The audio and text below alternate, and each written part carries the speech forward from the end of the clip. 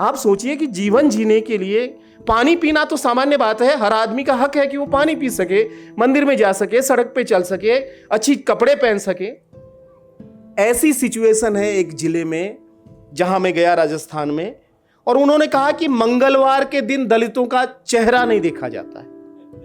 हम बात अनटचेबिलिटी की कर रहे हैं, ये चीज अनटचेबिलिटी से आगे अनसीएबिलिटी तक है कि हम तुमको देखेंगे भी नहीं। ये जो इस समाज की स्थिति रही है, उसको एक ऊपरी राजनीतिक लोकतंत्र तो मिल गया, लेकिन वो राजनीतिक लोकतंत्र इसलिए सफल नहीं हो पाया क्योंकि नीचे जो समाज चल रहा है वो संविधान से नहीं चल रहा है, वो मनु के विधान से ही चल रहा है अभी भी।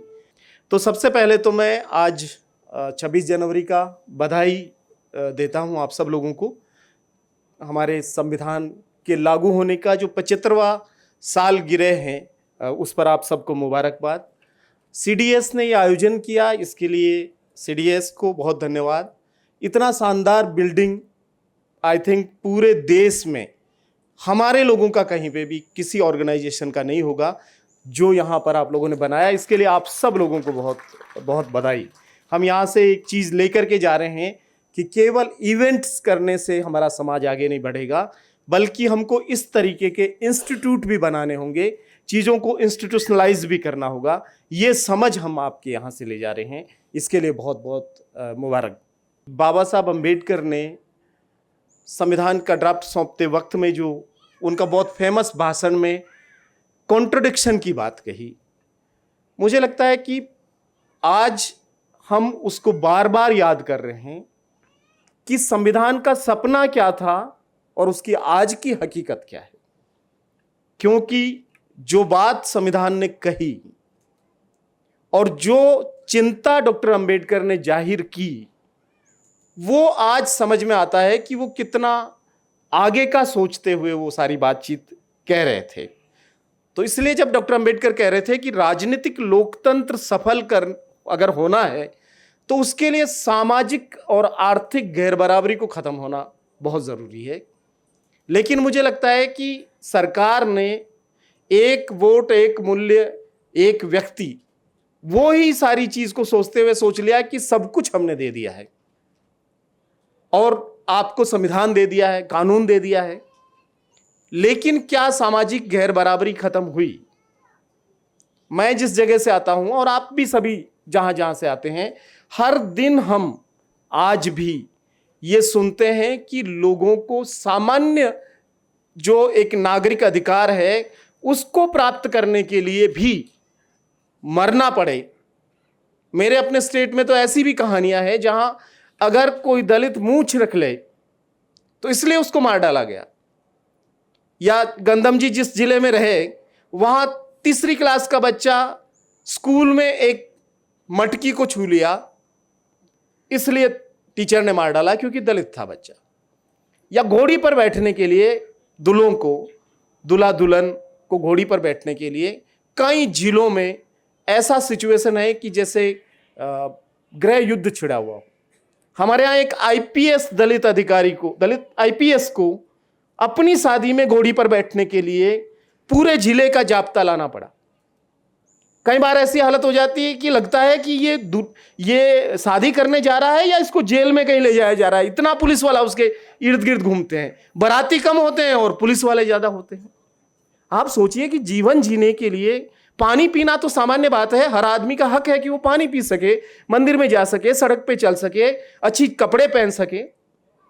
ऐसी सिचुएशन है एक जिले में जहां मैं गया, राजस्थान में, और उन्होंने कहा कि मंगलवार के दिन दलितों का चेहरा नहीं देखा जाता है। हम बात अनटचेबिलिटी की कर रहे हैं, ये चीज अनटचेबिलिटी से आगे अनसीएबिलिटी तक है कि हम तुमको देखेंगे भी नहीं। ये जो इस समाज की स्थिति रही है, उसको एक ऊपरी राजनीतिक लोकतंत्र तो मिल गया, लेकिन वो राजनीतिक लोकतंत्र इसलिए सफल नहीं हो पाया क्योंकि नीचे जो समाज चल रहा है वो संविधान से नहीं चल रहा है, वो मनु के विधान से ही चल रहा है अभी भी।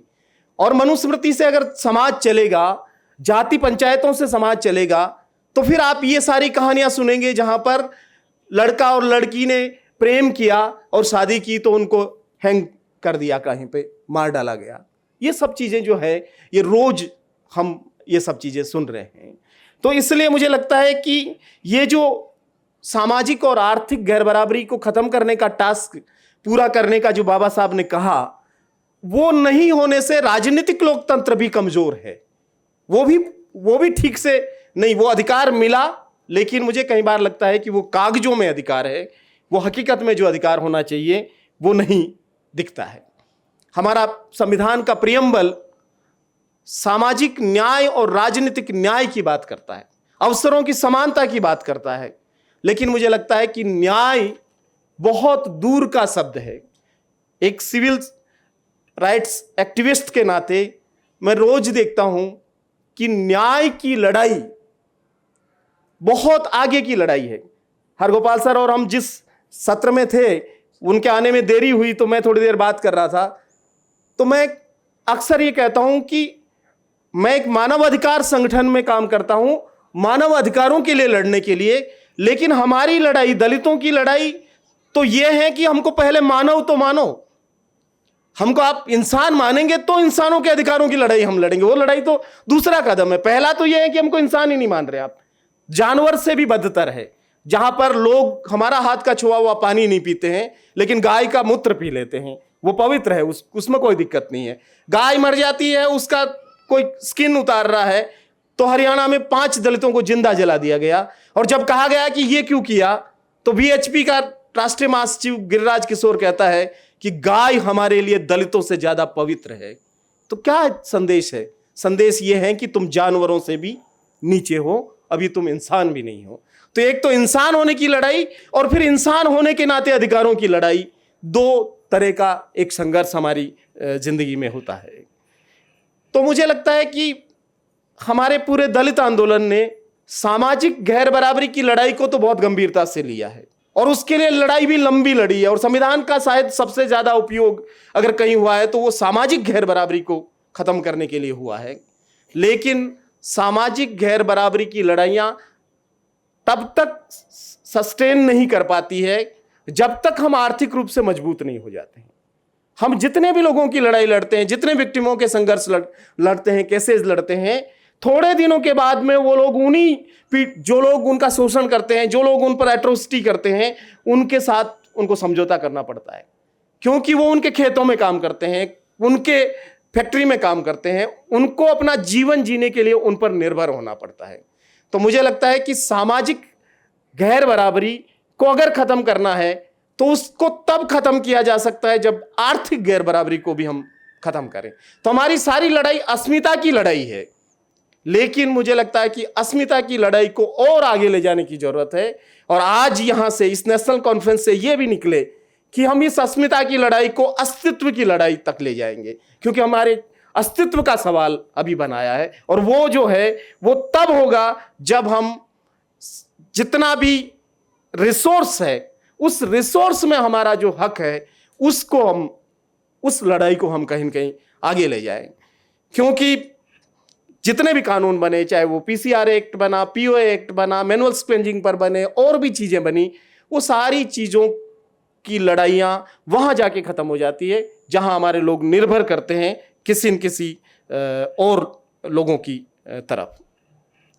तो जो मैंने कहा कि हम जब तक आर्थिक गैर बराबरी को एड्रेस नहीं करेंगे, तब तक हमारा सामाजिक न्याय का सपना भी अधूरा रहेगा और राजनीतिक न्याय भी कहीं न कहीं कमजोर रहेगा।